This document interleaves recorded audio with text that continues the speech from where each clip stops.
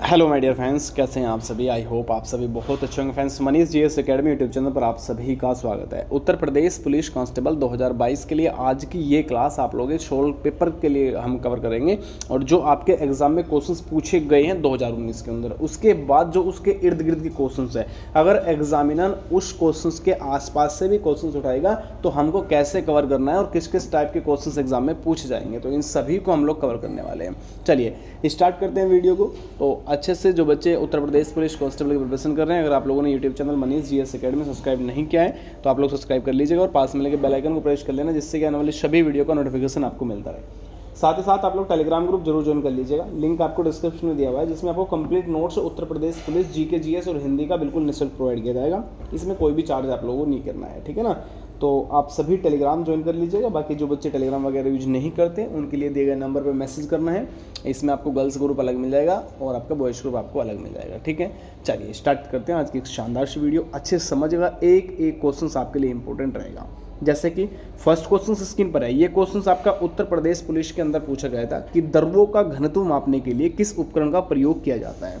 तो क्वेश्चन का right answer तो ऑप्शन डी था, आप सभी को दिख रहा है। लेकिन अगर इसमें अलग से पूछ लेता है, ठीक है ना, अगर आपसे पूछ लेगा कि वायु की शक्ति की गति मापने के लिए किस यंत्र का एनीमोमीटर का किया जाता है जी, ठीक है ना। अगर आपसे पूछेगा अलग से, यहाँ पे देखिए मिट्टी के यांत्रिक गुणों का मापने के लिए किसका कहता है, तो ये आपका बेवामीटर का प्रयोग किया जाता है, ठीक है ना। तो ये सभी क्वेश्चंस आपके लिए इंपॉर्टेंट है। इसका मैं पीडीएफ आप लोगों को जस्ट क्लास के तुरंत बाद आपको देने वाला हूँ टेलीग्राम और व्हाट्सएप के माध्यम से, ठीक है ना। तो आप लोग सभी छात्र वहां से ले लीजिएगा। इसके बाद नेक्स्ट क्वेश्चन आप सभी की स्क्रीन पर देखिए रहा, इसमें आपसे पूछा गया था केंद्रीय विश्वविद्यालय बाबा साहेब भीमराव अंबेडकर विश्वविद्यालय विधानवाहार किस शहर के अंदर है, ये आपसे पूछा गया था। तो ये आपका बेटा लखनऊ के अंदर है। मैंने आप लोग इस क्वेश्चन को पढ़ा भी चुका हूँ, आप लोगों ने देखा होगा, ठीक है ना। लेकिन यहाँ पे अगर आपसे पूछा कहाँ पे, लखनऊ के अंदर स्थित है, ये याद रखिएगा। और यह आपका एक केंद्रीय विश्वविद्यालय है। इस विश्वविद्यालय की स्थापना कब हुई थी, 10 जनवरी 1996 को हुई थी। कब हुई थी, 10 जनवरी 1996। तो ये पॉइंट आपके लिए यहाँ से इंपॉर्टेंट इस बार भी बन सकता है, याद रखिएगा, ठीक है ना। कहाँ पे है, तो भैया ये लखनऊ के अंदर है। और बेटा स्थापना कब हुई थी, तो 10 जनवरी 1996 को हुई थी, ठीक है ना। और इस चीज़ को ध्यान रखिए, ये विश्वविद्यालय का एक केंद्र अमेठी में भी है। इसका कहाँ पे है, इसका एक केंद्र कहाँ पे है, तो इसका एक केंद्र अमेठी के अंदर भी है, इसे भी याद रखिएगा। इसके बाद देखिए नेक्स्ट क्वेश्चन आप सभी की स्क्रीन पर आ चुका है। इसमें आपसे पूछा है उत्तर प्रदेश पुलिस का मुख्यालय कहाँ पे है। अगर आप लोग यूपी पुलिस कांस्टेबल की प्रिपरेशन कर रहे हो और भैया एग्जाम उसका दोगे, तो फिर ये बता दीजिए, अगर आपको मुख्यालय ही नहीं पता होगा तो फिर कैसे सिलेक्शन होगा, है ना। तो इसमें काफ़ी बच्चे लखनऊ करके आते हैं, तो ये गलत आंसर हो जाएगा, ठीक है ना। याद रखिएगा ऑप्शन आपका बी सभी का राइट आंसर हो जाएगा। कहाँ पे हो जाएगा, प्रयागराज के अंदर इसका मुख्यालय है उत्तर प्रदेश पुलिस का, ठीक है ना। अब इसमें देखिए मुख्यालय कहाँ पे हो गया, प्रयागराज के अंदर हो गया, इलाहाबाद के अंदर स्थित है, ठीक है ना। और ये आपका पिछले 136 वर्षों से अस्तित्व में आया है। 1861 में पुलिस अधिनियम लागू होने के बाद 1863 ईस्वी में पुलिस महानिरीक्षक का पद सृजित किया गया था। तो ये पॉइंट भी थोड़ा सा आपको याद रखना है, ठीक है ना, आपके लिए इंपॉर्टेंट बनेगा। बिल्कुल ये रखिएगा कि आप लोगों के एग्जाम के लिए सबसे बेहतरीन और ज़बरदस्त, क्योंकि अगर प्रिपरेशन कर रहे हैं, जैसे मैंने आप लोगों को कल बताया था कि भैया मैं आप लोगों को एक नोट्स ऐसे प्रोवाइड कराऊंगा, एक पीडीएफ 160 पेज 170 पेज की, जैसे कि ये आपका एक सेट है ना, ये आपका मात्र एक सेट है। तो जितने एग्ज़ाम हुए थे 2018 2019, ठीक है ना, फर्स्ट शिफ्ट 2-2 दिन एग्जाम हुए थे, तो दोनों दिन का ये समझ लिया आप लोग, मॉर्निंग इवनिंग यानी 4 शिफ्ट आपके एक एग्जाम में, ठीक है ना। तो ये कम से कम 8 से 10 पेपर उठाए जाएंगे और उन पर पूरा एनालिसिस करके अच्छे से उसके इर्द गिर्द के आसपास के जितने भी क्वेश्चंस बनेंगे उन सभी को मैं उनमें कवर करने वाला हूं। तो उस पीडीएफ का रिवीजन भी आप लोगों को बहुत ही शानदार तरीके से करना है। ये क्वेश्चंस भी आप लोगों को उत्तर प्रदेश पुलिस कांस्टेबल के एग्जाम में पूछा गया कि उत्तराखंड किस वर्ष अस्तित्व में आया था। तो सही आंसर सीधा आपका ऑप्शन ए हो जाएगा कि कब आया था। उत्तराखंड जो राज्य है बेटा 2000 के अंदर आपका अस्तित्व में आया था। 9 नवंबर सन 2000 को उत्तर प्रदेश से अलग हुआ और उत्तराखंड का 27वां राज्य बना। कौन सा बना, 27वां राज्य बना था। 2000 से 2006 तक इसे उत्तरांचल के नाम से जाना जाता था और जनवरी 2007 से इसका नाम बदलकर उत्तराखंड रख दिया गया। आपसे अब क्या पूछ सकता है, एक तो ये पूछ लेगा कि अलग कब हुआ था, है ना। तो तो सिंपल तरीके से आपको अगर 9 नवंबर सन 2000 को उत्तर प्रदेश से अलग हुआ और राज्य बनता है उत्तराखंड। कौन सा बना था? तो ये 27वां राज्य बना था, याद रखिएगा। दूसरा पॉइंट बेटा आपके एग्जाम में जो पूछने की संभावना अधिकतम रहती है यहाँ पे कि जनवरी 2007 में इसका नाम बदलकर उत्तराखंड कब रखा था? जनवरी 2007 में, ठीक है ना। तो याद रखिएगा। बरसाना होली के साथ खेली जाती है, किस चीज़ के साथ? टमाटर के साथ, दूध के साथ, पत्थर के साथ या डंडे के साथ। तो देखिए आप लोगों ने देखा होगा, ये न्यूज़ में भी आता रहता है, आप लोगों ने कॉमेडी वीडियो देखा होगा, उसमें भी बहुत सी वीडियो में देखने को मिलता है, ठीक है ना, क्योंकि एडिट करने वाले तो काफ़ी लोग हैं, ठीक है ना। तो ये वीडियो, इसमें आप राइट आंसर डंडे के साथ खेला जाता है, ठीक है ना। बरसाना की होली डंडे के साथ खेली जाती है। यह कृष्ण जी के गाँव नंदगांव से पुरुष बरसाना की लड़कियों यानी महिलाओं के साथ होली खेलते हैं, ठीक है ना। तो याद रखिएगा, रंग की बजाय यहाँ पर गोपिया द्वारा लाठी यानी कि डंडे से अभिवादन किया जाता है और इसका होली को कहा जाता है बेटा लठमार होली। आपसे डायरेक्टली एग्जाम में पूछेगा कि लठमार होली कहाँ पे खेली जाती है, तो बरसाना के अंदर खेली जाती है। किस चीज़ से खेली जाती है? तो डंडे से खेली जाती है, ठीक है ना। तो ये 2 पॉइंट आपके यहाँ से एग्जाम में पूछने के अधिकतम चांस बन सकते हैं। इसके बाद देखिए नेक्स्ट क्वेश्चन आपकी स्क्रीन पर, उत्तर प्रदेश में आयोजित काम्पिल मेला किस समुदाय से जुड़ा हुआ है? तो आज लाइव क्लास नहीं हुई है, देखिए, ठीक है ना। मैं माफ़ी चाहूँगा इस चीज़ के लिए, मैं थोड़ा बाहर था, लेकिन ये है कि ये पीडीएफ हुआ, एक और पीडीएफ आपको जो अलग से दिया जाएगा अभी थोड़ी देर बाद ही, तो उसका रिवीजन आप लोग थोड़ा सा समय अनुसार कर लीजिएगा, ठीक है ना। बाकी कल से समय अनुसार ही होगी, टेंशन मत लीजिएगा। उत्तर प्रदेश में आयोजित काम्पिल मेला किस समुदाय से संबंधित है? तो राइट आंसर में जैन समुदाय से है। कारण क्या है भैया?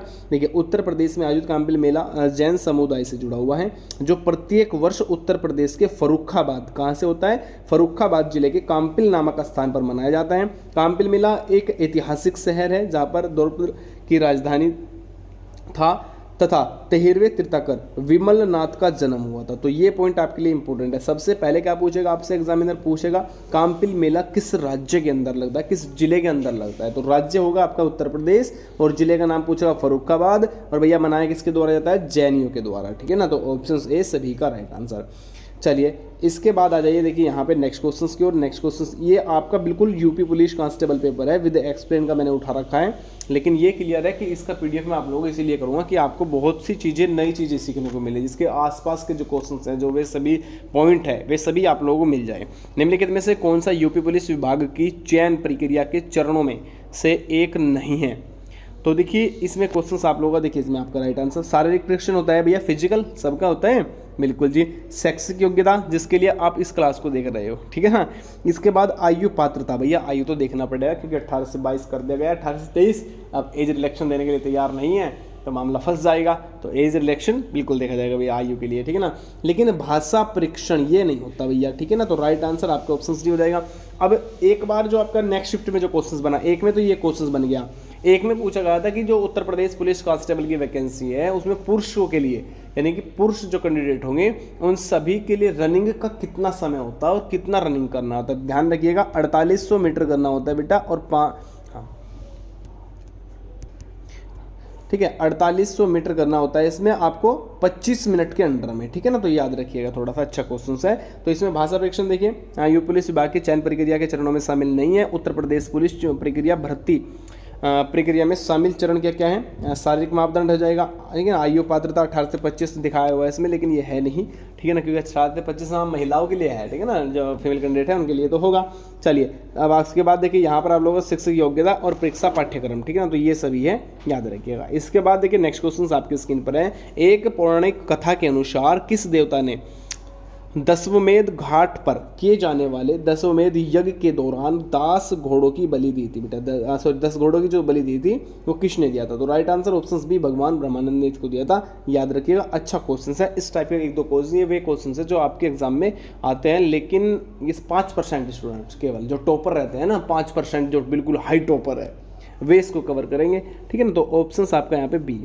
चलिए इसके बाद नेक्स्ट क्वेश्चन आप सभी की स्क्रीन पर देखिए, इसमें आपसे पूछा है भारत में बहादुरी का सर्वोच्च पुरुष निम्नलिखित में से कौन सा है? सबसे अधिक बहादुरी का, है ना।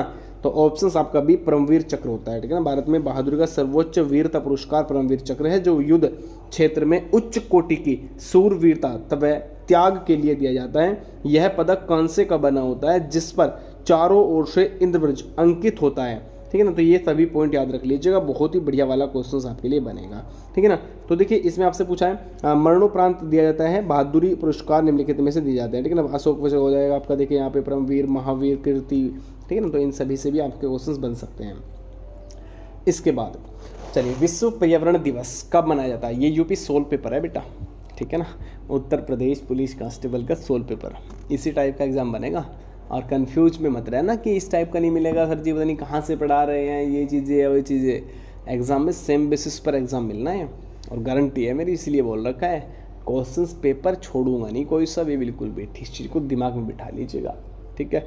चलिए, पर्यावरण दिवस कब मनाया जाता है? तो बहुत ही सिंपल क्वेश्चंस के साथ 5 जून सभी का राइट आंसर हो जाएगा, ठीक है ना। इसकी थीम अगर देखिए पूछेगा तो वायु प्रदूषण।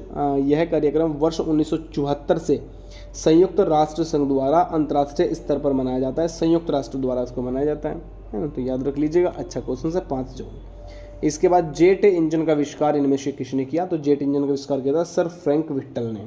कब किया था? 1937 के अंदर किया था। तो ये भी पॉइंट अच्छा रहेगा आप लोग एग्जाम के लिए, ठीक है ना। चलिए, अच्छा ये भी ध्यान रखिएगा, 27 अगस्त 1939 को पहली जेट विमान संचालित की गई थी, ठीक है ना। पहली जेट विमान संचालित की गई थी। इसके बाद नेक्स्ट क्वेश्चन आप सभी की स्क्रीन पर है, निम्नलिखित में से कौन सा सामाजिक मीडिया नेटवर्क एक सार्वजनिक रूप से सूचीबद्ध कंपनी नहीं है? तो ऑप्शंस डी, क्वारस सभी का राइट भैया, फेसबुक है बिल्कुल सही है, ट्विटर है, वाइबो है बिल्कुल। ऑप्शंस आपका डी, सिंपल क्वेश्चंस है, ठीक है ना। अमेरिका 2009 की कैलिफोर्निया में हुई थी इसकी स्थापना कंपनी की जो है, ठीक है ना। इससे भी थोड़ा सा याद रख लीजिएगा।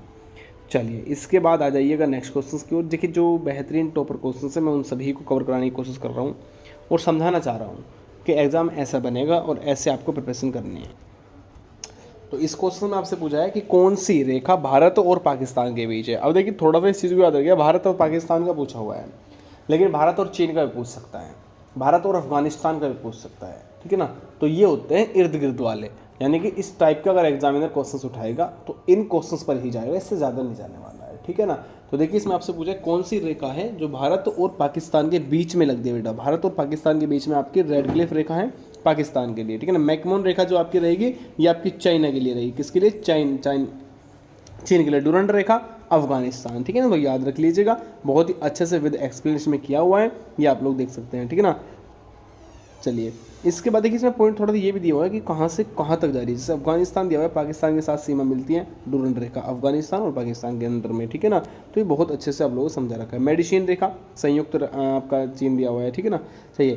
प्योंगयांग किस देश की राजधानी है? अब इसका नाम ही समझ लो भाई, इसमें देखने की अच्छी बात रहेगी कि इस अगर ऐसे क्वेश्चन में अधिकतम जो बच्चे फंसेंगे वो फंसेंगे चीन वाले। अगर ऑप्शन में चीन दे दिया तो बच्चे कन्फ्यूज हो जाएंगे, क्योंकि नाम ऐसा है प्योंगयांग, सोचेंगे यार चीन ही करता है ऐसे प्योंगयांग। लेकिन याद रखिएगा भैया, ऑप्शंस डी, उत्तर कोरिया भी ऐसा ही है एक देश, ठीक है ना। प्योंगयांग उत्तर कोरिया की राजधानी है। उत्तर कोरिया का आधिकारिक नाम कोरिया लोकतांत्रिक जनवादी गणराज्य है, यानी कि DPRK। यह पूर्वी एशिया कोरियाई प्रायद्वीप पर स्थित है, उत्तर के अंदर, ठीक है ना। याद रख लीजिएगा, इस देश की सीमा चीन, रूस और दक्षिण कोरिया के साथ मिलती हैं। इसके अतिरिक्त मालदीव की राजधानी माले, एक ही क्वेश्चन आपका यहाँ से बन जाएगा कि मालदीव की राजधानी बता दीजिए, तो ध्यान रखिएगा माले इसकी राजधानी हो जाएगी। मंगोलिया की राजधानी क्या है? उलान बटोर। मलेशिया की राजधानी क्या हो जाएगा? कुलालमपुर, ठीक है ना। तो याद रखिएगा, इन सभी राजधानी से क्वेश्चन आपके एग्जाम में बनता है। चलिए, अब देखिए नेक्स्ट क्वेश्चन पे आ जाइए थोड़ा सा। लक्षद्वीप के लोग मलयालम के अतिरिक्त दूसरी कौन सी भाषा बोलते हैं? और बेटा सबसे पहले नंबर पर एशिया में कौन सी है, विश्व में कौन सी है? इस तरीके के पॉइंटों को थोड़ा सा हमें याद करके लेके चलना। तो महल सभी का राइट आंसर हो जाएगा, याद रखिएगा, ठीक है ना। लक्षद्वीप के जो लोग हैं मलयालम के अतिरिक्त जो दूसरी भाषा आएगी यहाँ पे मलयालम में आएगी, याद रखिएगा, ठीक है। इसके बाद आ जाइए नेक्स्ट क्वेश्चन, ये भी आपके एग्जाम के लिए इंपॉर्टेंट। शिवाजी के छोटे बेटे का नाम बताइए जो तीसरे छत्रपति थे। तो सही आंसर हो जाएगा राजा राम। क्या नाम है? राजा राम। ऑप्शन आपका ए सभी का इसमें राइट आंसर हो जाएगा, ठीक है ना। इन सभी पॉइंट को आप लोग एक बार देखिएगा अच्छे से, ठीक है। चलिए, उड़ीसा का, अच्छा कौन सा 22 क्वेश्चन, ठीक है।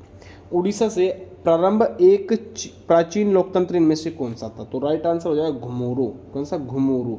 देखिए घुमूरू उड़ीसा के कोहिलावाड़ी जिले का, कोहिलावाड़ी जिले से प्रारंभ होता है, ठीक है ना। एक लोक नृत्य माना जाता है बेटा, ठीक है ना। तो इस पॉइंट को थोड़ा सा महाभारत के युद्ध काल में देवताओं द्वारा एक संगीत वाद्य के रूप में उपयोग किया जाता था। आगे चलकर यह देवी देवताओं और राजा के महिमंद और सैनिकों का ऊर्ध्वगमन का उपयोग में किया जाने लगा। ठीक है ना, तो इसको भी थोड़ा सा समझ लीजिएगा। आ जाइए आगे। 2018 के देखिए क्वेश्चन 18 का है, यानी कि करंट अफेयर क्वेश्चन था, छोड़ दीजिए पूरा पूरा, अभी आवश्यकता इसकी नहीं रहेगी। ठीक है ना।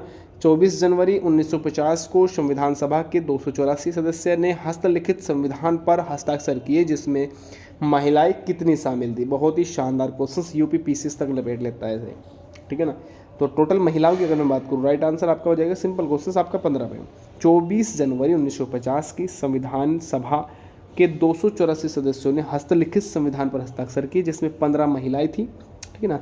संविधान सभा के 299 सदस्यों में से 12 सदस्य ब्रिटिश राज्यों से तथा 70 सदस्य देसी राज्यों यानी रियासतों से नामांकित किए गए थे। ठीक है ना, तो याद रख लीजिएगा। चलिए इसके बाद देखिए नेक्स्ट क्वेश्चन आप सभी की स्क्रीन पर है। इसमें आपसे पूछा है काकोरी रेल, जो काकोरी कांड हुआ था आप लोगों ने देखा हुआ, मैंने पढ़ाया हुआ है बहुत अच्छे तरीके से।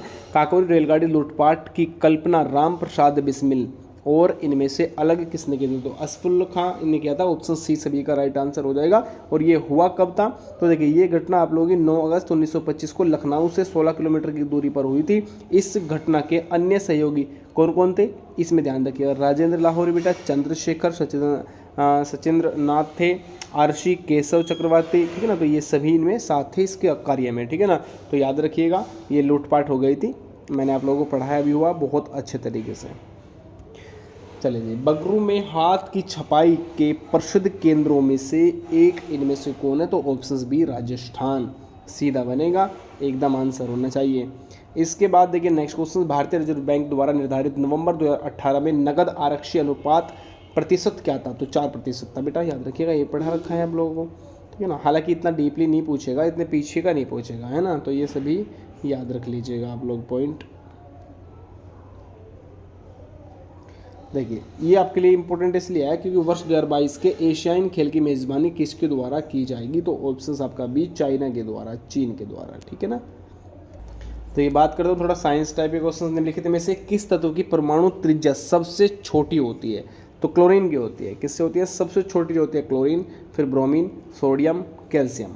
ठीक है, तो याद रखिएगा ये भी अच्छा आप लोगों के लिए रहेगा। इसके बाद देखिए एक इस टाइप का क्वेश्चन आ जाएगा। ठीक है ना, आपको पूरा गुणसूत्र दे देगा। इसके बाद पूछा कि इनमें से किसका सूत्र है बेटा, तो ऑप्शन सी एथिल आइसोने, कौन सा क्वेश्चन, हाँ अच्छा ठीक है, एथिल एथेनोएट इसमें राइट आंसर हो जाएगा, ऑप्शन सी। तो ये आप लोगों के लिए इंपॉर्टेंट रहेगा, इनको थोड़ा सा पहचान आपको करना पड़ेगा। ठीक है ना, तो इसी टाइप के क्वेश्चन आप लोगों के एग्जाम में अधिकतम देखने को मिलते हैं। तो आज की क्लास में यहीं पे मैं फिनिश करूँगा क्योंकि छोटी क्लास थी, और भैया ये आपका 16 पेपर मैंने आप लोगों को कवर करा के दिखाया है। ठीक है, तो उम्मीद करता हूँ कि सभी इस टाइप के बेसिस पर ही तैयारी करते रहिएगा। उत्तर प्रदेश पुलिस कांस्टेबल 2022 की जो वैकेंसी जल्द आएगी, और ये वैकेंसी आने वाली है, जस्ट परेशान ना हो ज़्यादा, थोड़ा हिम्मत बना के अच्छे से प्रिपरेशन करते रहिए, टारगेट बढ़ाता रहिए, कम से कम भी 210, 215, 220 तक ले जाइए अपना स्कोर, तो सिलेक्शन आप लोगों का निश्चित ही हो जाएगा। ठीक है, चलिए इसका PDF मैं आपको सेंड कर दूँगा थोड़ी देर बाद। बाय बाय सभी को, नमस्कार, राधे राधे, जय हिंद, जय भारत।